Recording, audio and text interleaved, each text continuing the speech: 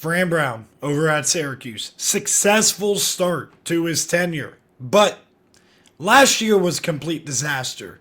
So how do they bounce back in 2026? We're going to go through all of that here, break down why last year was a disaster, break down what they can do this year and what their roster is going to look like.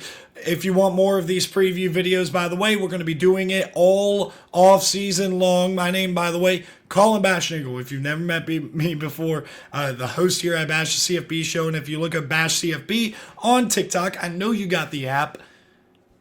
You'll find me over there, interactive content. You could just look up my name too if you want to. That's how you spell it. So please go and show support over there. Like and subscribe. Like the video if you like the video, and subscribe if you want more content. And certainly the biggest thing that I always try to emphasize is if you like the video, it helps me out tremendously. And it helps end up spreading the word a little bit. People who love college football will pop up on the recommended page on YouTube, or if they search up the keywords, it'll move up the charts. Like if somebody were to search football predictions or Syracuse football, it'll be up there higher the more thumbs ups that we get. So make sure to do that. I would really appreciate it. Okay, so last year, Syracuse. I think people forget how the season went for them. I think people forget about Stephen Jelly a little too easy. Everybody just writes off Syracuse and was like, yeah, they're terrible. And they were. But they weren't terrible with Stephen Jelly. Now, they were able to score even though they couldn't stop Tennessee whatsoever in that first game. But then they won their next 3 games. And a part of that was a comeback victory against UConn, which, remember, UConn did beat the ACC champion Duke last year. So that's nothing to scoff at right there. And then they also went on the road and beat Clemson. And they really controlled that game, built a sizable lead. But that sizable lead was already intact. Stephen Jelly went down. Changed their whole trajectory of the season. They turned to Ricky Collins, 53% completion percentage, 6 touchdowns to 10 interceptions. Absolute disaster. They end up going to a former walk-on lacrosse player. Now, Syracuse lacrosse, really, really good program. I don't know if I want my starting quarterback being a walk-on lacrosse player in Joseph Filardi. Okay? I love the sport of lacrosse. I'm a big fan of it. Nah. That ain't the answer. And it clearly wasn't. You saw it really on primetime. It was a standalone game against North Carolina. Gio Lopez, Bill Belichick. They couldn't do anything offensively. And Joseph Filardi really struggled at a 47% completion percentage. They got some moments out of Luke Carney, but ultimately they were trying to save him for the future. So the quarterback room being a disaster after Stephen Jelly was really why it spiraled out of control, and it came to a head when they ended up losing to Boston College, which, by the way, funny enough, sent Duke to the ACC championship game through weird tiebreaker scenarios where I think it was down to SMU or Duke or Louisville and Duke, one of those teams. Maybe it was Virginia. No, Virginia was in it. Duh. Where basically Duke needed Boston College to win to make it, and sure enough, they did. So Syracuse, 8-game losing streak to finish the season. Very bad quarterback play. So what was the first thing that they did? Well, for starters, they confirmed that they were going to have Stephen Jelly back. And they're going to have him back as we look at the roster preview here. And you know, I can't understate this at all. So I'm going to make this very clear. Stephen Jelly returning for the Syracuse team is massive. Even if you go back to 2024, we all remember Kyle McCord playing for the Syracuse team. And yet, I feel like everybody kind of remembers that Kyle McCord experience going different. Some people, and maybe it's the Ohio State in me, some people remember the terrible Pittsburgh game where he threw 3 pick sixes, 2 in the first half. Some people are also going to remember the Miami game where he led his team to victory and he got them to close out that game late. And that was a big moment too. At the same time that his old school Ohio State lost to an unranked 7-5 Michigan team. Pretty funny, right? Okay, I took a shot at myself. You're welcome. So obviously the common thread here is Syracuse reliant on quarterback play. When Kyle McCord played his worst, the team fell apart. You saw that against Stanford. You saw that on the road at Pittsburgh on that Thursday night a couple years ago. But when he played well, the Miami game, you can see what this team is made of. That was what Syracuse was last year. Stephen Jelly was really solid for them for the first 4 games. Once he got hurt, nobody could match that type of production, and it was a complete disaster for the whole team. They also decided, by the way, now, again, they played Luke Carney a little bit last year, not a ton, but Luke Carney did make an appearance in 4 games. I believe he redshirted last year. He's still there, I believe, at least. Correct me if I'm wrong. Amari Odom was a security blanket that they ended up going and adding from Kennesaw State. Now, if you remember a little bit about Kennesaw State, which I'm pretty sure both quarterbacks ended up leaving, but they played 2 quarterbacks, and it wasn't a contrast in style type of thing. It was both are pretty good, but we need to ride the hot hand. And for Jerry Mack down there, it worked, and they got to the Conference USA Championship off of that in their second year of FBS football. So this is a good security blanket to have with Amari Odom coming in. The other thing, though, as we continue to talk about injuries, is Calvin Russell, the true freshman. He was a top 100 recruit, no matter the site you look at. Some had him ranked as a 5-star when he committed over at Syracuse. Obviously, the rumor is that he took a pretty sizable bag to come to Syracuse, but he tore his Achilles. And he's not really practicing, but they're still trying to incorporate him in certain drills right now. They're optimistic for a return, or not return, but a start in 2026, this upcoming year and this upcoming fall. But ultimately, we're just going to have to wait. There's not a real timeline on this situation right now. And outside of him, you really don't know what they're going to have. And frankly, you don't know about him, but you know he's going to get opportunity with his talent and the pedigree, by the way, of Northwestern High School in Miami. Big time. And he's just the next in line, especially at receiver. Look, they brought in Zamondre Merriweather. We'll see how this ends up working out and how big of a role he could play. I think Darian Williams played pretty well in the slot as a guy who really didn't have reliable quarterback play for most of the year last year, and he played as a true freshman. They also have guys like Darius Johnson coming back. He was a transfer a couple years ago. Matthew Alton they added in the portal, and Cole Weaver they added in the portal. Somebody's got to step up for this receiver room, because if they don't, man, you're going to be looking at a bad situation for Stephen Jelly. Now, I do think that they're going to lean on the run game. Now, obviously, Tyreek Hill, if you're a Syracuse fan, you're familiar with the freshman that shows promise in that running back room. But they went to the portal and added a couple of guys. Ahmad Miller coming in from Jackson State. Looked good at Jackson State. We'll see how it translates to this level. Jawan Johnson, also a highly ranked recruit that hasn't really shown a lot from LSU that they were able to get to. That's their running back room. I think it's going to be pretty solid. I'm excited to see what Ahmad Miller, probably going to be the main guy in that running back room. I'm excited to see what he can do. This offensive line is going to be also a little bit of a doozy. Now that I don't want to skip over this, David Clement, very solid piece at the tight end spot, was a backup to Aronde Gadsden, got a starting job last year, and this is all him as a senior now. The left side of the O-line, not that big of a concern. Like, I think Travion Mack could potentially play his way into an NFL draft pick at the left tackle position. Now, left guard Joe Cruz, I'm not going to say the same thing, but he could at the very least be an experienced leader on that offensive line with a lot of youth in the other 3 positions. You're looking at a situation here. Khalil Stewart, redshirt freshman. I don't believe he's ever started a game. He's going to be your starting center. He's got to grow up and mature pretty early on. And then you also have Byron Washington and Cam Pringle on the right side. Going to be very interesting to see how 2 young players right there end up coming together on that right side.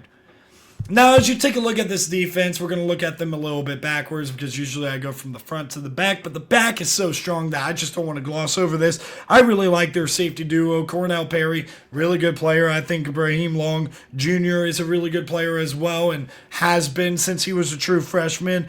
They're also going to lean on a guy like Chris Pearl, or Peel, excuse me. He's going to be really important for this defense, and I think the growing up of Demetrius Samuel Jr. is going to be huge too. He played a lot as a freshman. He's going to have to take a little bit of a step up and let those freshman flashes end up turning into consistency. And the same thing needs to be said, by the way, for, pardon me if I mess up this name, by the way, Antoine Delore. I think I said that right. Delore. Antoine Delore at the middle linebacker position is going to have to grow up big time. Played as a true freshman. They, again, played a lot of young players last year, and especially on this defense. Now it's time for them to grow up. Can he grow into that role? I think on the defensive line, when you got Rashard Perry in the middle, that's definitely a leader that you have, but they definitely need Adelaide to really step up. The UNLV transfer was a 4-star recruit coming out, disappointing in the Power 4 the first time around. Ended up playing pretty well at UNLV. He's got another opportunity here at a Power 4 program. He's going to have to show consistency and show the flashes of talent. Enough being said about that. Let's talk about this schedule here. We're going to start with a little bit of a cupcake game against New Hampshire. Let me get a sip of water real quick. New Hampshire to start the season, and then they're going to play California. That's going to be an interesting game. I can't wait to preview that one. At Pittsburgh, at UConn, and at Virginia, all back to back to back. I mean, what happened here? How did this happen? They basically go a full month because of bye week sprinkled in there after Pittsburgh without playing a home game. They go from, get this, bro. They go from September 12th to October 17th until their next home game. That's just wild to me. But anyway, I digress. We're going to move on from that point. Virginia also going to be a pretty tough team this year. Look, let's just take a step back. Obviously, they don't play Miami. But even though they don't play the clear favorite in the ACC, you're still talking about a lot of the next ups. And a lot of the next ups are teams like SMU, Pittsburgh, Louisville, Virginia, Clemson. Those are the next ups. I'm just saying, this schedule, it's a lot tougher for Syracuse than what a lot of people are going to admit, but especially coming off the year that Syracuse just had. And they certainly have a pretty tough November because obviously those two easier, in quotations, games, they're on the road. And they play Notre Dame and Clemson at home. Boy, oh boy.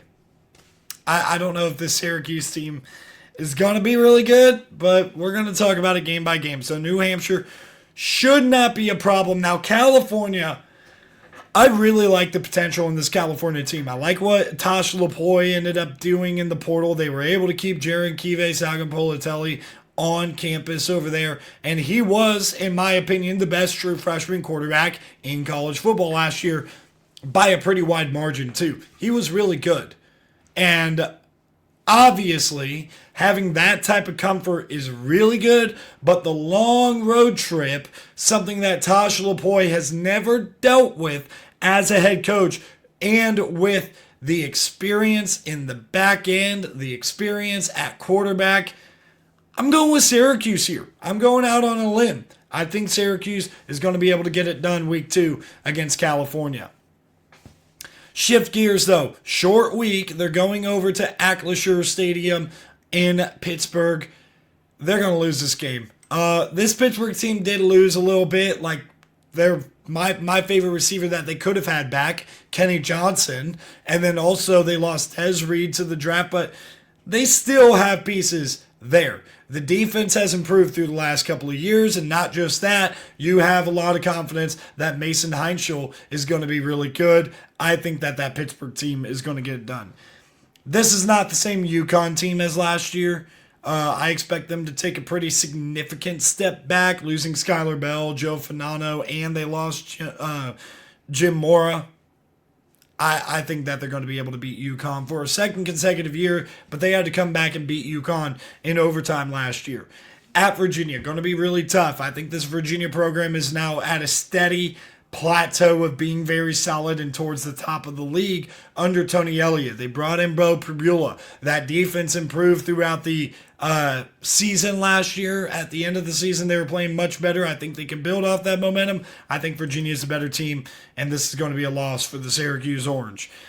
Moving on to Louisville, Lincoln Keenholz, starting quarterback over there with Isaac Brown back, by the way, and they have wide receiver talent. And again, in a little bit more of an extreme way as Virginia, the last 2 years now, this Louisville defense has continued to steadily improve. I expect for that to continue. I am very high, very hopeful for Louisville this year. I think that they're going to beat Syracuse, making Syracuse 3-3 up to this point with only one conference win. They go on the road to North Carolina. North Carolina, we did their preview. Go and check that out on the channel. This is going to be another tough road trip type of situation for Syracuse. I'm taking the loss here. SMU does come to town on Halloween. I see a lot of spooky stuff coming. This is about the time that if Calvin Russell is going to play this year, you expect to see him back. You can really expect to see him back a week or two before this. And honestly, this is a little bit of a sleepwalk spot for SMU. And we've seen Syracuse clip teams like this. Remember, SMU, I don't know if you guys know this, Vegas is saying they're the second most likely team to win the ACC. Well, I'm calling the upset. I think that they end up beating SMU, the Syracuse Orangemen. And they get a little bit of momentum going into that last month of the season. Clemson, they're going to play them at home. Boy, do I think this game is going to be very good. I think Clemson's going to have a chip on their shoulder, but I also think that Syracuse is certainly circling Clemson on the schedule every single year, and they always give fits to Clemson. No matter the coach, it was Dino Babers for a while. Now it's Fran Brown. It doesn't matter. Doesn't matter. They continue to give Clemson issues. I just think the sting of last year's loss is going to be too remembered by Clemson. I think Clemson's going to get the win in the JMA Dome. Going on the road to NC State, CJ Bailey coming back yet again, and they do have that Will Wilson, by the way. They did lose a little bit at wide receiver. If you think about Zane Anderson, the best receiver on that team, going off to USC, and then you had Noah Rogers ends up leaving as well. You know, hopefully he's all right. By the way, he went to Alabama, carted off the field. Very scary situation there, but regardless, I still trust that NC State, first off, is going to fly around on defense. They're going to be able to replace that talent well enough, and this is in late November, or mid-November, I guess. I'm taking NC State to win this game at home. But thankfully, Syracuse gets the benefit of this revenge angle I talked about with Clemson. They lost to Boston College last year. The lowest of all lows. Embarrassing. I think they beat Boston College on the road this year to improve to 5-6. They got to upset Notre Dame to make a bowl game. It's not happening. I don't really need to spend too much time. It's pretty cool that potentially the last college football game that Stephen Jelly plays is going to be against his former team. I think that's going to be really cool. Maybe they could give him a game, I don't know, in the JMA Dome. I don't see it. I got Syracuse at 5-7, 3-6 overall. Thank you guys for tuning in. Like the video if you like the video, and subscribe for more content. I'll see you guys in the next one.